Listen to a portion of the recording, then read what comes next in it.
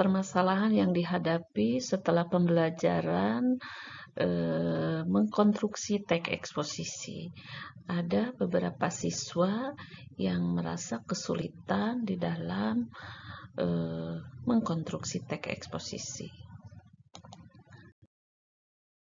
Yang pertama, di sini permasalahannya adalah di dalam pembelajaran Bahasa Indonesia dengan materi mengkonstruksi teks eksposisi, beberapa siswa ada yang kesulitan, bingung untuk memulai dan mengerjakan tugas mengkonstruksi teks eksposisi sehingga di akhir tugas mereka hasilnya tidak memuaskan, tidak sesuai dengan yang diharapkan dengan tujuan di awal pembelajaran.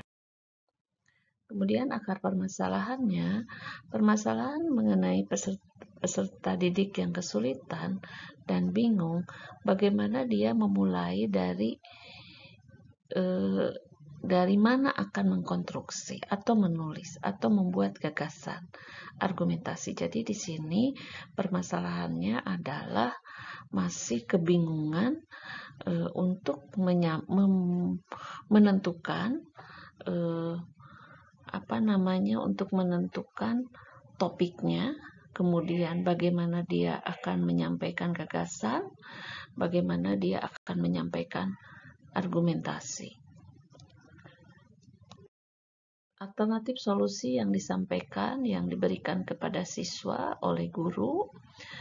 Di sini guru kembali harus menekankan dengan memisahkan duduknya dari teman yang lain, peserta didik tersebut, dengan memberikan penjelasan.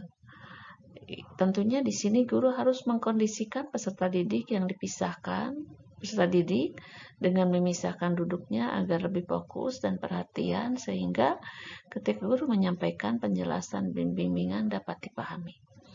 Kemudian guru memberikan motivasi kepada peserta didik bahwa kalian pasti bisa seperti temannya yang lain. Guru dengan sabar, telaten tentunya membimbing hingga peserta didik mampu dan paham. Kemudian guru dengan mengulangi kembali memberikan penjelasan di dalam langkah-langkah mengkonstruksi teks eksposisi.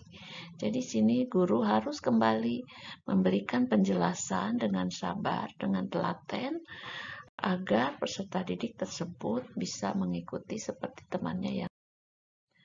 Langkah-langkah dalam mengkonstruksi. Yang pertama, kalian tentunya harus tentukan dulu topiknya. Topik yang paling sederhana, yang mereka mampu tentunya. Kita tidak bisa memaksakan untuk menentukan topiknya ini atau itu. Tetapi di sini harus dikembalikan kepada kemampuan daripada peserta didik. Setelah topiknya selesai, kemudian identifikasi bagaimana fakta dari topik itu, bagaimana alasan yang logis, kemudian apa yang kalian dapat temukan, serta pernyataan atau pendapat yang untuk nantinya memperkuat argumentasi. Kemudian buat kerangka tulisan tersebut berdasarkan struktur teks eksposisi. Tentu di dalam materi pembelajaran di teks eksposisi kalian sudah belajar struktur. Bagaimana kita akan membangun sebuah teks tersebut. Dan yang keempat, setelah kita menentukan struktur, kemudian kembangkan kerangka karangan dengan memperhatikan kejelasan masalah dan kekuatan di dalam argumentasi tersebut. Terakhir, lakukanlah evaluasi dan penyuntingan terhadap tulisan. Dan yang berikutnya adalah hasil dari pemecahan masalah. Peserta didik dapat menentukan topik yang sederhana dengan baik.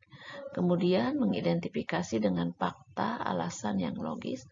Peserta didik dapat menyusun teks eksposisi berdasarkan struktur dengan memperhatikan ejaan penulisan.